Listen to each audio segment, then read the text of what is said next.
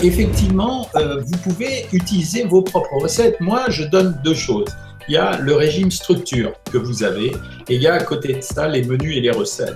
Mais si vous fabriquez des menus et des recettes différents en utilisant les mêmes ingrédients, ça me convient. Et même quand vous avez des recettes que vous trouvez top, là j'ai vu récemment une espèce de recette avec des poivrons coupés en rond, puis avec du chèvre dessus, moi je suis d'accord pour prendre aussi. Marie-Claire, je n'y crois pas du tout. Ça veut dire qu'aujourd'hui, on n'a aucune preuve scientifique. C'est une question qu'on a tout le temps. Donc, c'est une question, sur le plan scientifique, on n'a aucune relation à ce jour démontrée entre la consommation de produits laitiers, et je parle particulièrement de produits laitiers parce que je ne peux pas confondre le lait avec les produits laitiers. On n'a aucune relation entre les maladies et les produits laitiers. On entend ce genre de choses de temps en temps. Ça serait comme si ça laisse sous-entendre que le calcium des produits laitiers irait se mettre dans l'articulation pour gérer l'articulation. L'arthrose, c'est un phénomène inflammatoire. C'est-à-dire qu'il y a une inflammation du cartilage et il y a une destruction du cartilage. Donc, ça ne peut pas venir des produits laitiers. Maintenant, ce que vous allez faire, parce qu'on ne va pas se comporter comme des idiots, vous allez essayer pendant quelques jours de supprimer, mettons une semaine, les yaourts et le fromage et voir comment ça se passe. S'il y a une amélioration de l'arthrose, alors à ce moment-là, il faudra qu'on se pose la question. S'il ne se passe rien, vous remangez des bons petits yaourts et des bons petits fromages dans les quantités qu'on vous a données. Voilà, Marie-Claire. Il y a deux stratégies possibles. Il y a la première stratégie, c'est ce que j'appellerais la triche. Ça veut dire, par exemple, vous mangez la moitié, puis vous essayez de cacher l'autre moitié. C'est ce que je fais de temps en temps. Quand, par exemple, il y a un plat en sauce, je laisse, j'écrase, enfin, je me débrouille. Bon, c'est tricher, clairement. La deuxième possibilité, c'est de dire j'ai pas faim, et ça veut dire qu'il faut assumer le régime. Donc, il faut assumer d'être au régime et de temps en temps savoir que vous avez le droit de refuser. Et la troisième possibilité, c'est simplement d'accepter, mais dans ce cas-là, vous savez que vous devez fonctionner avec les repas de récupération. Ça veut dire, si vous fonctionnez avec les repas de récupération, dans ce cas-là, le repas d'après, vous êtes obligé de manger soit les blancs d'œufs durs, le yaourt et le thé, soit la galette de blanc d'œuf. Alors, Marie, il y a beaucoup de gens qui disent « je fais le régime, mais je ne perds pas ». Et donc, je leur réponds en général d'écrire sur un carnet alimentaire ce qu'ils ont mangé tous les jours, parce que les gens sont incapables d'apprécier eux-mêmes leur consommation alimentaire. Donc la première chose, c'est on contrôle sur un carnet alimentaire, mais avec la pesée des aliments aussi pour voir ce que ça donne. Ça, c'est la première chose. La deuxième chose, c'est que si vous ne perdez pas alors que c'est respecté à la lettre, c'est qu'on est obligé d'abaisser le niveau calorique du régime. Et si par exemple vous êtes à 1400 calories, on vous fait descendre d'abord à 1100 calories et ensuite on voit. Non, le lait de soja ne remplace pas vraiment le lait de vache. En fait, on n'a pas le droit, on n'a plus le droit d'appeler ça d'ailleurs du lait de soja, on est obligé d'appeler ça jus de soja. Ça ne le remplace pas parfaitement parce que dans le lait, vous avez des sources de protéines qui sont différentes de celles du soja. Par contre, pour le calcium, c'est la même chose. Comme vous n'allez faire le régime que pendant quelques temps, 3 ou 4 mois, ok, je suis d'accord pour qu'on remplace, mais pas régulièrement par la suite. Voilà. Ça veut dire... quand on parle aliments bio, il y a beaucoup de gens qui se jettent sur le bio en disant que c'est mieux pour la santé. C'est pas vraiment vrai.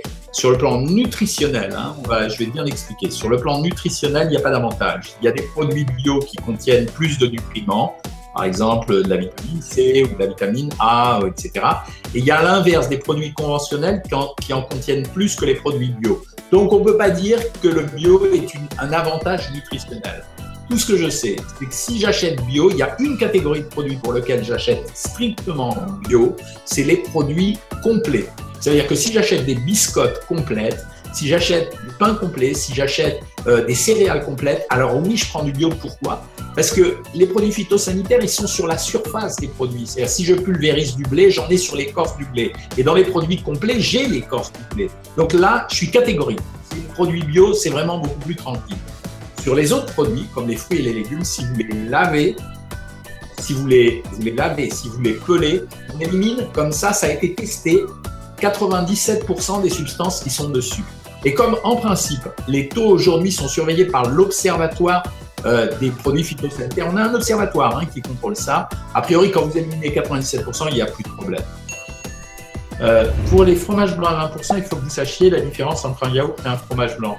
Un yaourt, c'est du lait, écrémé, demi-écrémé ou entier, qui a été fermenté avec des ferments lactiques. Le fromage blanc, c'est du lait qui a été égoutté progressivement jusqu'à obtenir une masse compacte. Donc, et là, dans les fromages blancs, en fait, vous comptez le double de matière grasse qu'un yaourt. C'est-à-dire, si vous prenez un yaourt nature, il est à 20% de matière grasse. C'est ce qu'on appelle le petit Danone classique.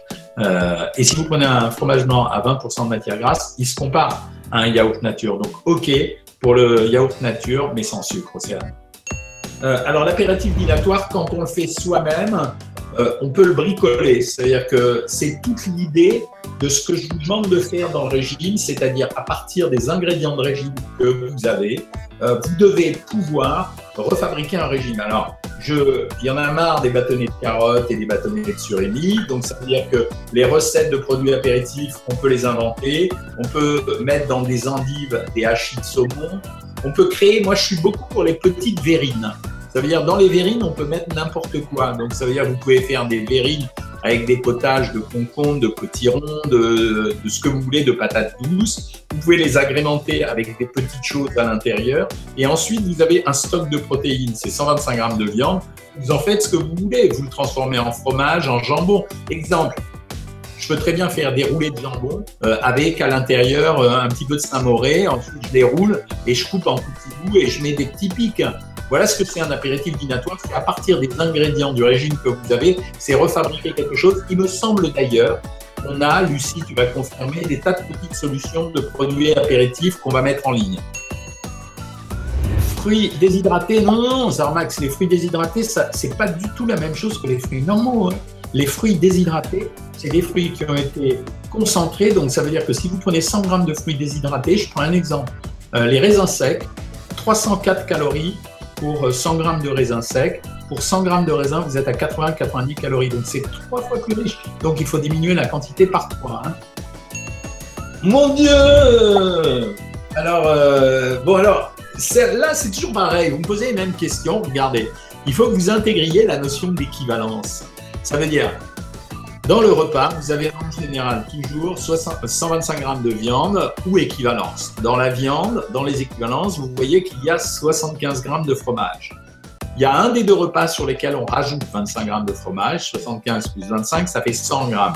Mais non, mais je vous embrasse tous bien fort et bon courage pour cette semaine. Et la semaine prochaine, vous nous racontez où vous en êtes, s'il vous plaît.